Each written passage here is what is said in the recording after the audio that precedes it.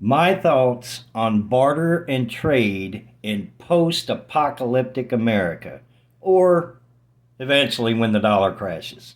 Hello, everybody. Welcome to Sobriety and Silver.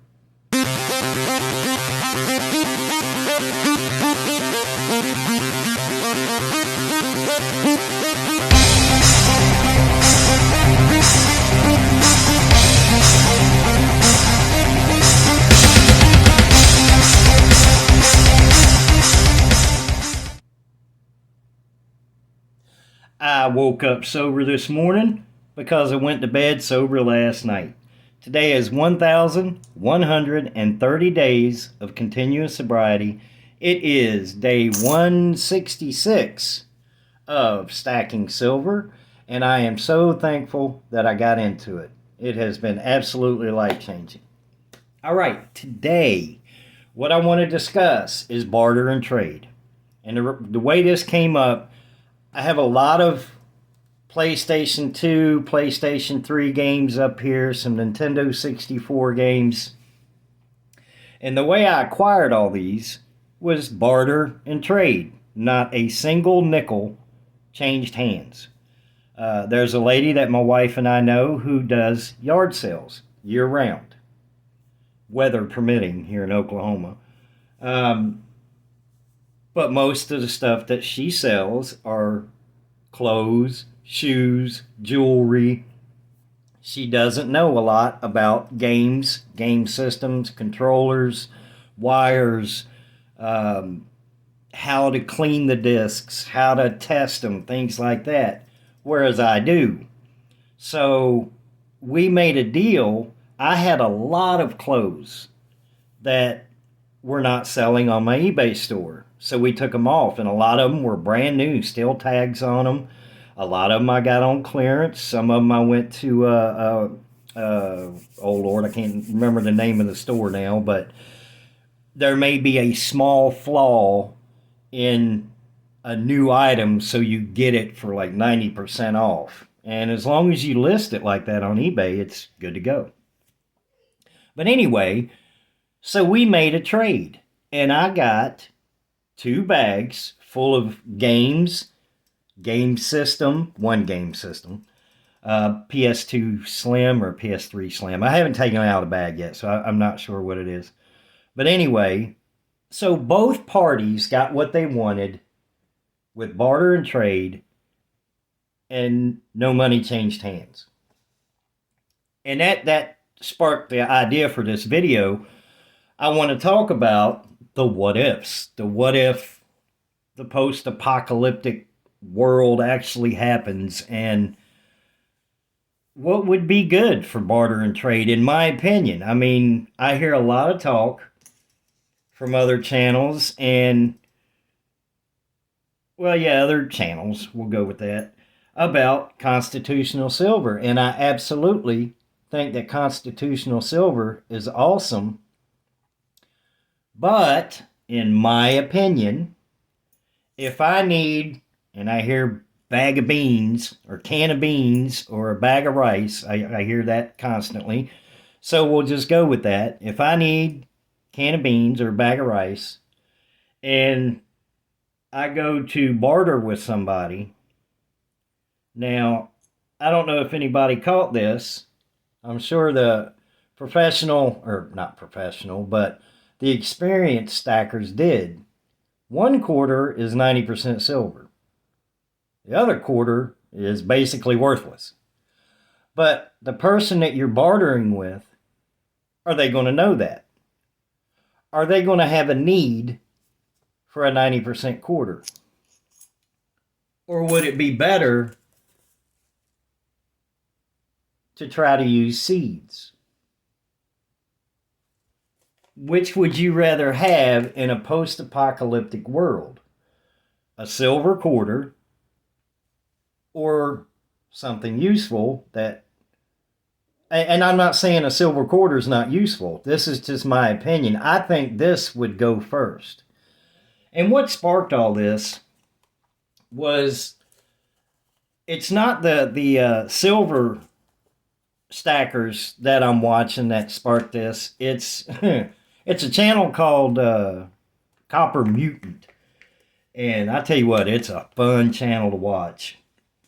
And most of his content is more like storytelling, scenarios, things like that. He has wonderful graphics on his channel, and I can't get away from it. It's absolutely a wonderful channel, but it also makes you think. What if, what if, what if? And the idea of the dollar collapsing, which it's going to eventually, or a post-apocalyptic world, man, I hope not. But it's better to have it, not need it, than to need it, and not have it. Sorry, guys, I'm drinking soda. So here are some things that I think, personally, and again, just my opinion, your opinion may differ, and that's fine. All right, silver, I think is very important to have. I do think that is absolutely, should be, or is going to be in my inventory of what if scenario. But also copper. Now, copper is very useful, and I'm not going to get into all the uses for copper because you can look it up, but in a what if scenario, you know, I save copper pennies. I hoard them, and my wife and I enjoy going through penny rolls and pulling out the copper and trying to find wheat pennies.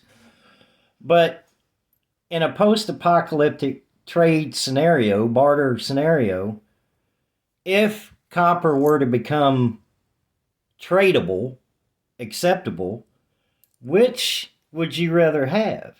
Which would, if you had that bag of beans or can of beans, which would you rather have? A handful of not 999 copper pennies, or a copper round or a copper bar that says right on it 999 fine copper. You know, a handful of these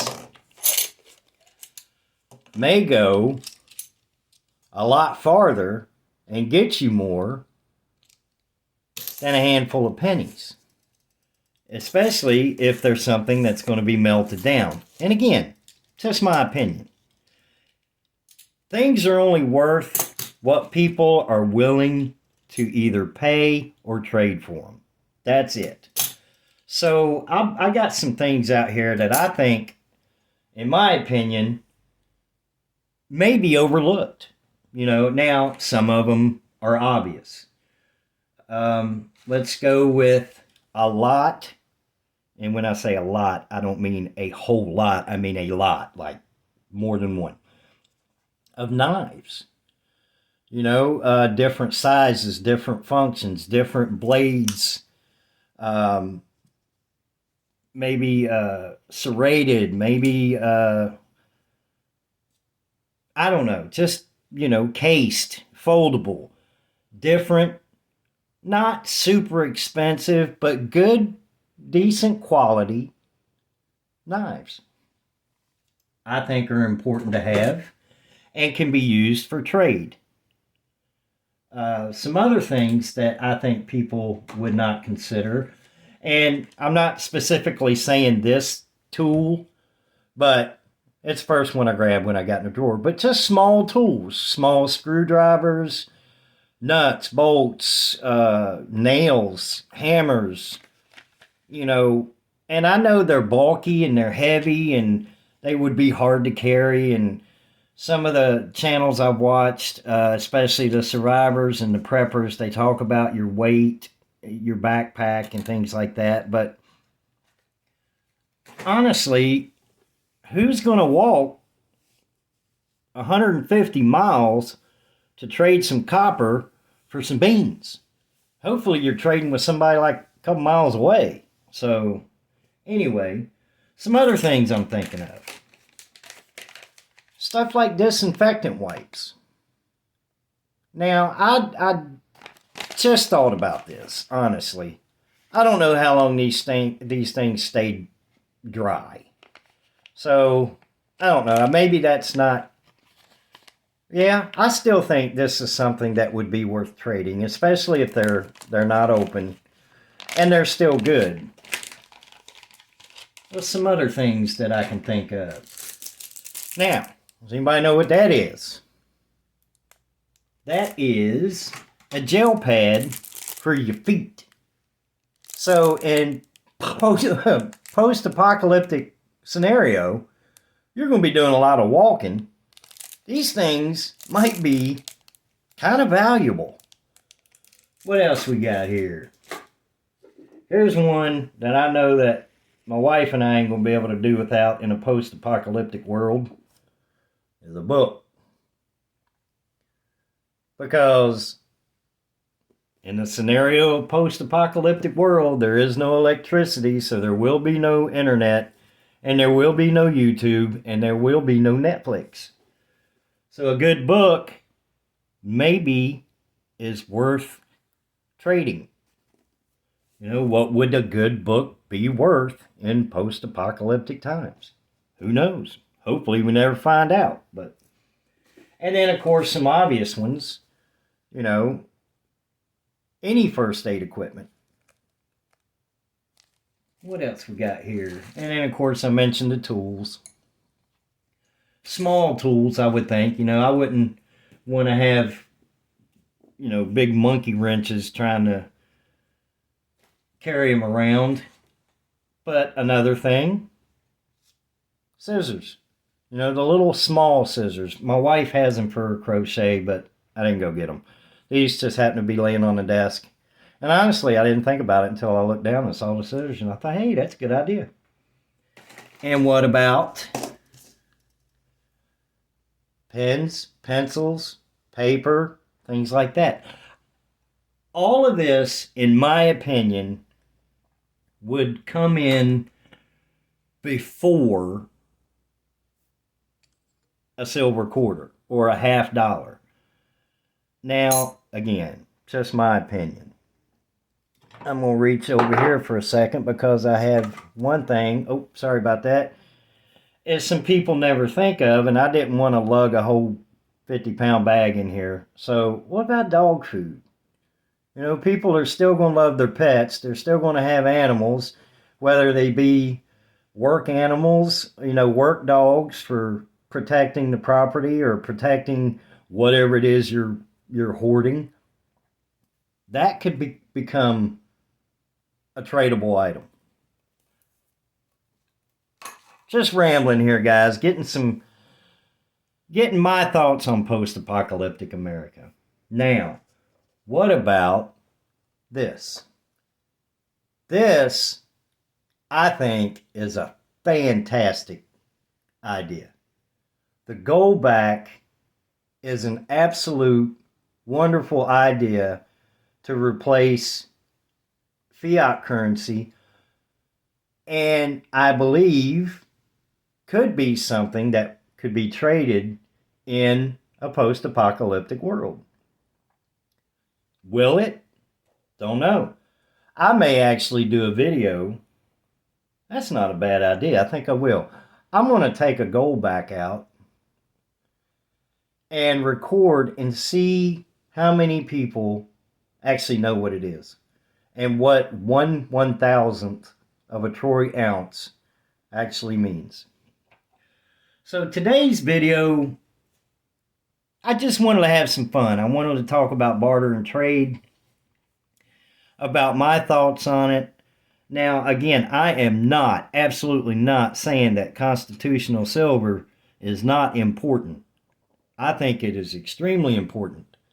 And it will be in my to have, or on my list of stuff to have, and I'm going to buy as much as I possibly can of it. Because it's not only fun to collect, fun to stack, the premiums right now are pretty good. So, other than that, it's just a fun video to make today. Just kind of a fantasy scenario of what ifs, and that Copper Mutant channel, man, I tell you, I can't get enough of it. I've gone back and watched a lot of his videos. I love to know how he does the graphics like that. It is a fun channel to watch. You guys, I am done rambling right now. I wish everybody a beautiful, wonderful, blessed day, blessed week, and a blessed life. And thank you guys for sticking around. If you have not liked, shared, and subscribed, please hit the like button. Please come hang out with me. I usually talk about sobriety along with silver, which I absolutely love. I don't do a lot of stuff about prepping, but I do that. My wife and I